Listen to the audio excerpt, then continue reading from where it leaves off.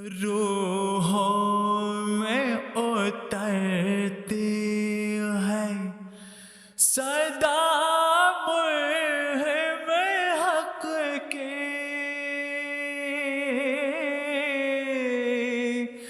अल्लाह से बंदे को मिला देते हर रोज़े.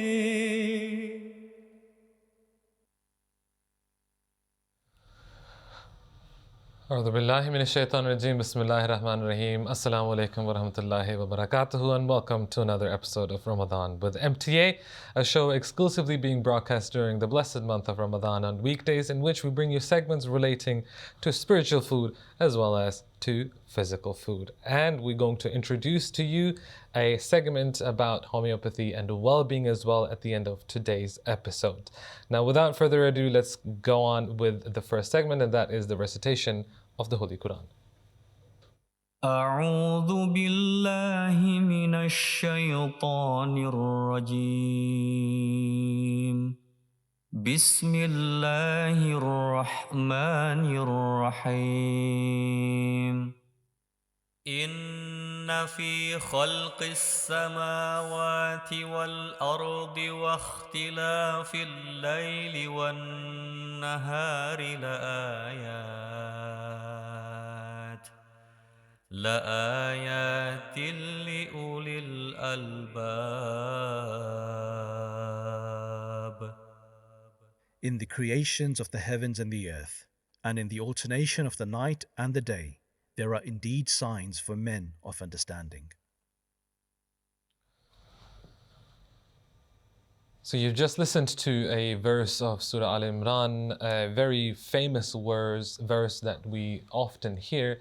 But here with us to talk a little bit more about this verse as well as our next few segments is our guest for today, Mubashir Zafri Sahib Murabi Silsila. Assalamu alaikum, Mubashir Sahib. Jazakumullah, first of all, for joining us today. Great to have you with us.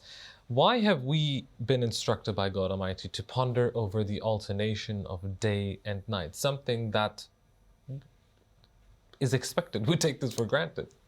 Bismillahir-Rahmanir-Rahim.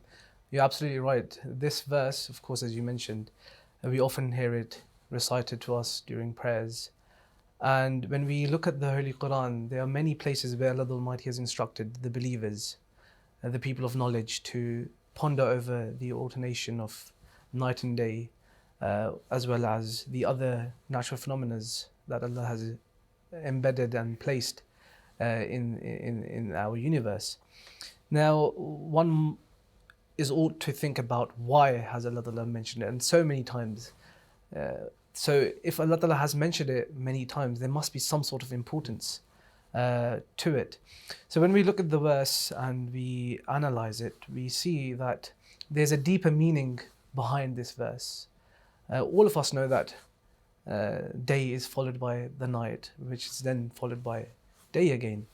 But Allah the Almighty is referring to a very particular thing, and is stating is that, look at my creation, there's a system behind it. There's day, then comes night, and then the whole cycle starts again. And of course, Quran being a book revealed by Allah the Almighty, there's always a spiritual aspect to it as well. And in this verse, Allah the Almighty is explaining that it is expected from a believer that he has days where his faith shines like a day, but then also he is tested. There comes times when his faith is in turbulence. He's tested, his faith is put to test.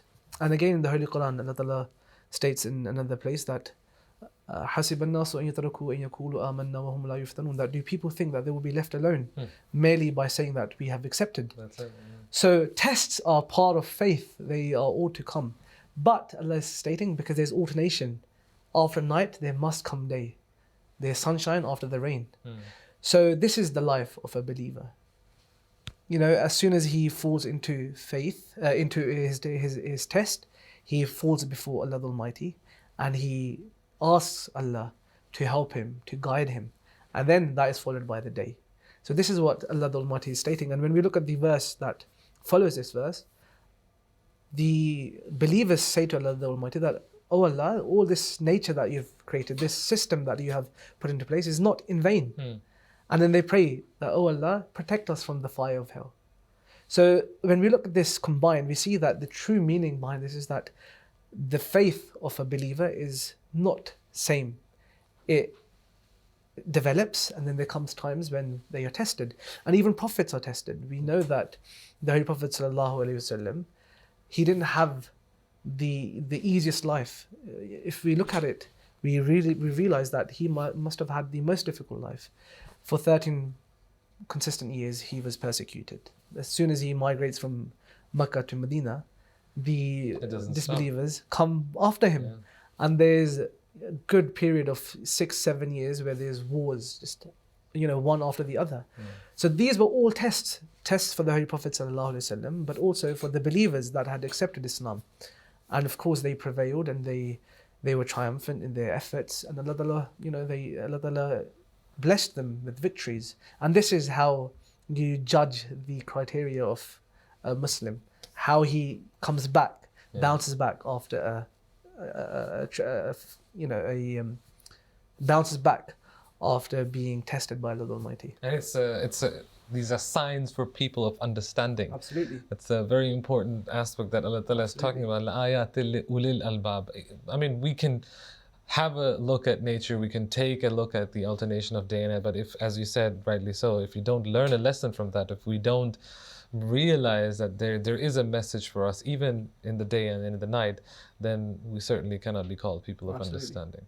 Mursab, Jazakumullah for that. Of course, we can go into this in a lot more detail, and I'm sure there is a lot more material available to us as well online. The tafasir, the commentaries of the promised Messiah والسلام, of Hazrat Khalifatul Masih al-Awwal as well as Hazrat Khalifatul Masih Sani, and then of course you have different interpretation of different verses by other khulafa as well. All of that material is for us. It's a vast ocean of knowledge that has been left behind by the khulafa of the Ahmadiyya Muslim community for us to benefit from. So we do encourage you, especially during the blessed month of Ramadan, to go back to these sources, to read them for yourself, and also to share them with your friends and family. Moving on, we're going to go to the next segment, and that is the Hadith segment, today's narration of the Holy Prophet ﷺ, and then we'll be back after that. عن النعمان بن بشير رضي الله عنهما قال: سمعت رسول الله صلى الله عليه وسلم يقول: إن في الجسد مضغة إذا صلحت صلح الجسد كله، وإذا فسدت فسد الجسد كله، ألا وهي القلب. Hadrat Nu'man bin Bashir, may Allah be pleased with him, narrated: I heard the Prophet of Allah, may peace and blessings of Allah be upon him, say: in the body is a piece of flesh. When it gets well, the whole body gets well. And when it becomes unhealthy, the whole body gets unhealthy and hark. That piece is the heart. So after listening to the hadith of the Holy Prophet ﷺ, I want to ask you about, I mean, it's a very straightforward hadith, but why has so much importance been given to the heart, that the heart is responsible for the entire body? If that one is gone, the whole body's gone. Physically speaking, yes, we understand, but I'm sure there's a... Absolutely. As you mentioned rightly, physically is of course very important. The heart is the primary organ for the circulation of blood, and of course the body is nothing without the blood. If there is no oxygen being provided to the rest of the body, which of course the blood does, then the whole body is sort of left in vain. But it's very important that the Holy Prophet ﷺ is speaking about it, so there must be a different angle to it as well. So when we look at this hadith, we see that this hadith, Imam Bukhari has placed it in Kitabul Iman. It's in the book of faith. So there's something that is relatable with this hadith, to faith, and how does your heart play such a big role to your faith. So it's unanimously known by a lot of these scholars that the heart is responsible for receiving divine aid. Usually you hear scholars and saints saying that it was placed in my heart. God put this in my heart. So the heart plays a great role when it comes to the spiritual realm. And this is the place that Allah reveals Himself. This is the place that absorbs the light from Allah the Almighty. So what Hazrat Rasul Kareem Sallallahu Alaihi Wasallam is explaining is that this is the window towards Allah the Almighty. If you close that window, you will not receive that divine help, the guidance that Allah has put down for man. So if that becomes bad, then the rest of the body becomes bad. And you must look at it from another angle as well. When we eat right, when we sleep well, our blood is purified. But there's a different angle to it as well. So in this hadith, the Holy Prophet ﷺ speaks of the unlawful things that Allah Ta'ala has put forth for mankind. So when one acts upon those unlawful things, his heart sort of is closed and he is unable to receive that guidance from God. And this is, we go back to another hadith, the Holy Prophet ﷺ stated that when a person does a wrong, there is a little dot that's put in the heart of man. And when we look at the Holy Quran, of course, the hadith of the Holy Prophet ﷺ go in line with the teaching of the Holy Quran. Allah the Almighty, speaking of the disbelievers, states that Allah has concealed their hearts. So the heart is the fountainhead of receiving divine guidance. So when we do things and act according to the laws that have been put down by Allah the Almighty, the commandments that Allah has instructed us to carry out, we open that heart, our heart receives the divine light. Now we come to the second part. If the heart is well, then the rest of the body is well. Physically as well, as we've mentioned, but also spiritually. When the heart is cleansed and we are able to receive divine guidance, as Hazrat Masih Maud has stated, that you see the effect of that on the rest of the body. You see it on the countenance of the person who receives divine guidance. There's this bright light. The glow, the ambience, the radiance of spirituality. But also a person's heart that has been cleansed is able to do more acts of goodness. He strives further in the way of Allah. His charity increases. His fasts become of a different category. Some people fast just for the sake of it, but some people fast to seek the pleasure of Allah the Almighty. So their life takes a complete different route. There is a complete shift in the way they see things. But then when that heart is closed and it becomes bad, and that's what happens. When you do unlawful things, the things that Allah has commanded us not to do, the heart becomes black. It becomes like a dead heart, which is unable to pump blood to the rest of the body. What does that happen? You fall into the trap of doing acts of the wrongful acts continuously.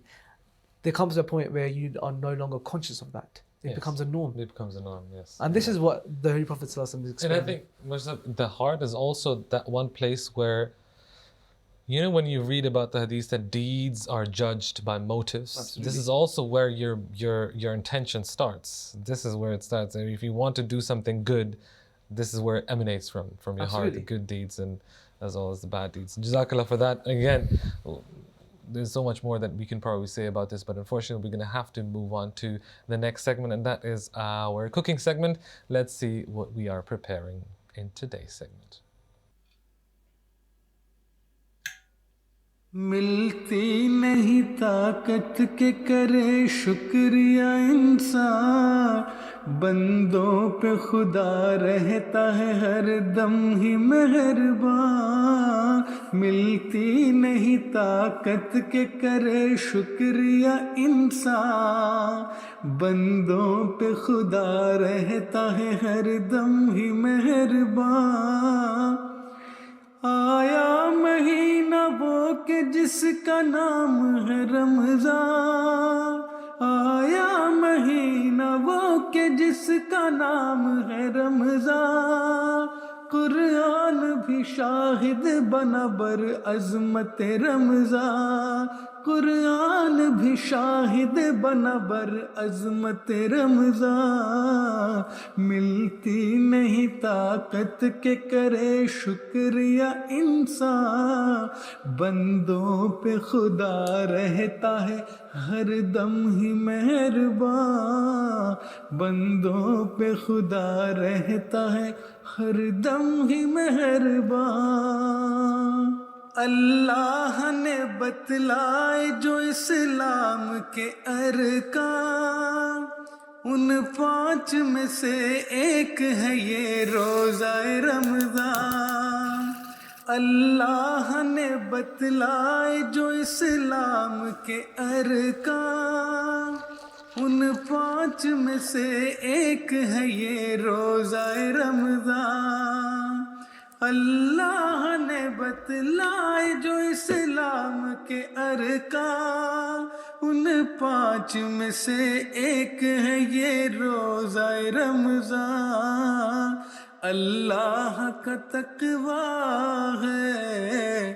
اللہ کا تقویٰ ہے سنو حاصل رمضان انسان پہ اس راز کو ہے کھولتا قرآن اللہ کا تقویٰ ہے اللہ کا تقویٰ ہے سنو حاصل رمضان انسان پہ اس راز کو ہے کھولتا قرآن اللہ کا تقویٰ ہے سنو حاصل رمضان انسان پہ اس راز کو ہے کھولتا قرآن رمضان کی آمد ہوئی زندان میں شیطان کھل جاتا ہے انسان پہ نیکی کا ہر میدان رمضان کی آمد ہوئی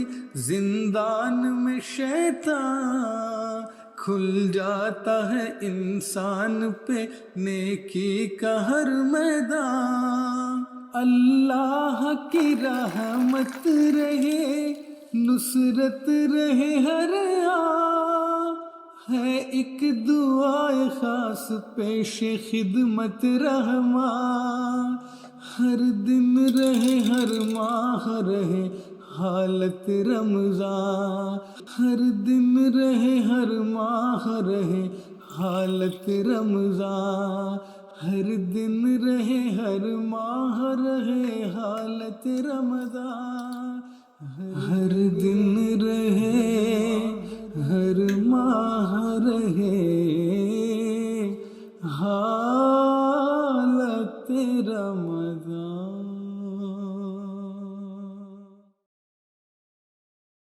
So that was today's cooking segment. We hope that you did enjoy that recipe and make sure that you do try it at home and let us know how that went. Mubashir Sahib, our next segment for today is the book segment. Which book are we introducing to our viewers today? So the book that we're looking at today is Christianity, A Journey from Fact to Fiction. So this book is authored by Hazrat Khalifatul Masih Rabi Rahimahullah, the 4th Caliph of the Ahmadi Muslim community. And what Hazur is looking into is the Christian faith. And as the title is quite apparent, that Hazur is looking at the different fictions that are associated with the Christian faith. So Hazur starts off with the divinity of Jesus alayhi salatu wasalam. He speaks of him being the Son of God. How is that possible? Is that something that the human mind can fathom? Is it something that we can understand? If not, why is it so? And how does that go against the principles of divinity? How can God Almighty not be a father? How is it possible for a man to become God? So all of these questions that the Khalifatul Masih Rabi Rahimahullah has explained, has explored, and has looked at it from a different avenue, explaining that there are certain criterias for a person to be a son. How is a son brought into this world? So looking at all of these angles, Hazur speaks about how it is impossible for a man to become God, and why this doctrine of Jesus being a divine being is something that does not fall into place, because it's so absurd, Yeah. as to say. Then Hazrat Khlimsi Rabi speaks about atonement and sin. What is sin? How is sin seen in the Christian doctrine? Where it all began. He speaks about Adam and Eve, the original sin. And he speaks about atonement, that the belief that Jesus, peace be upon him, came to relieve man of the sins that he had been committing. He speaks about that, and he gives evidence and arguments to prove that it is impossible for a person to take on punishment for the rest of the world. It goes against the justice of God Almighty. It goes against so many other fundamental laws that Allah has placed down. So he looks at these different things and explains that atonement is not possible through this one person. Rather, atonement is something that is far greater. And he brings in the Islamic philosophy of repentance and mercy of God Almighty. Then Hazrat Khlimsi Rabi speaks about resurrection. What actually happened? Was it revival of Hazrat Isa alayhi salam, or was it resurrection? Was he brought back to life? What were those events? He looks at it through the biblical references, and he shows that it wasn't in fact Hazrat Isa alayhi salam coming back to life. Rather, it was certain things that had taken place. He looks at the events of crucifixion, and he explains that Hazrat Isa alayhi salam had not passed away. He did not die on the cross. Rather, these things happened, and then he travelled from Palestine onto his destination. So it's a very useful tip in the field of tabligh then. Absolutely, especially when it comes to Christianity. A lot has been mentioned in it. And finally, then Hazrat Khlimsi Rabi speaks about the Ahmadiyya Muslim belief, what we believe about Jesus alayhi salam. So our fundamental teaching is that Hazrat Isa alayhi salam did not die on the cross as it is mentioned in the Holy Quran. Rather, he escaped that painful death, and he fulfilled the task that he was commissioned with, which was to go find the lost sheep of Bani Israel and bring them to the correct teachings of Allah the Almighty. And this is what he done. And of course, the travels to Kashmir. So all of that has been explained. It's a very useful book, very scholarly book. And as you've mentioned, for those people who are looking into Christianity and are willing to do tabligh, for them it's a very good book. There's a lot of references, and has always been very particular about different doctrines. And it's a very straightforward book, very easy to understand. Easy to understand, as was the case with the language that Khalifatul Masih Rabi rahimahullah used to use. Jazakallah Mubashtak for that. And with that, we're coming to our last segment for today's show, and that is homeopathy and well-being. Let's see what Dr. Atiq Bhatti, our homeopathic consultant, has to talk about today. Assalamu alaikum, and welcome to another episode of Homeopathy and Well-Being. In today's episode, we're looking at flu, fever, and sore throat. So we all know certainly what those symptoms are: feeling groggy, having a temperature above 37, a sore throat, having pain in the throat itself, and just not feeling good. We all know that these symptoms are caused by viral infections, including the flu virus itself. Sometimes a change of weather itself can cause bouts of cold, sore throat, and fever. Tiredness is also an indication. Sometimes one can feel very tired, and as a result can sometimes develop a fever. And exposure to cold. Perhaps after a warm shower, one has to go to a very important task or meeting, and we find ourselves going out, not fully covering ourselves properly, perhaps to keep warm. And this can lead to an exposure to cold, which sometimes naturally drops your immune system and lets the invaders in, the viruses and so forth. Now, fortunately, there are many homeopathic medicines which are available for the treatment of flu, fever, or even sore throat. So let's go through these medicines. The first one is a polycrest medicine, which has been used several times through these episodes of homeopathy and well-being. And this is a medicine called Arsenicum album. Very, very effective. Gelsemium is another medicine that can be used for any type of cold or flu symptoms. Aconite is a medicine that's often used at the onset of a cold or flu, something that happens almost like a shock. So it's something that happens immediately, or you can feel the first sneeze of a cold or the flu virus. Aconite taken at that time can sometimes prove highly effective. Other medicines include ferrum phosphate, which is also a biochemic tissue salt, chamomile or chamomilla as a homeopathic remedy name, and eupatorium. All these remedies can provide effective relief or management of any symptoms associated with having a fever, having flu, and having a cold even. Always remember that if you have a fever which is not subsiding or your temperature does elevate and it's not coming under control, to always seek professional medical advice without any type of delay. Until next time, thank you for watching. Jazakallah. Jazakumullah Asnaza to Atiq Bhatti Sahib, our homeopathic consultant, for today's homeopathy and well-being segment. And with that, Mubashir Sahib, Jazakumullah Asnaza to you as well for joining us here in our studios and for answering some of our questions that we had for you and also our viewers at home. Thank you very much for tuning in today. We hope and pray that you did enjoy today's episode. And until next time, Assalamu alaikum wa rahmatullahi wa barakatuh. रूहों में उतरती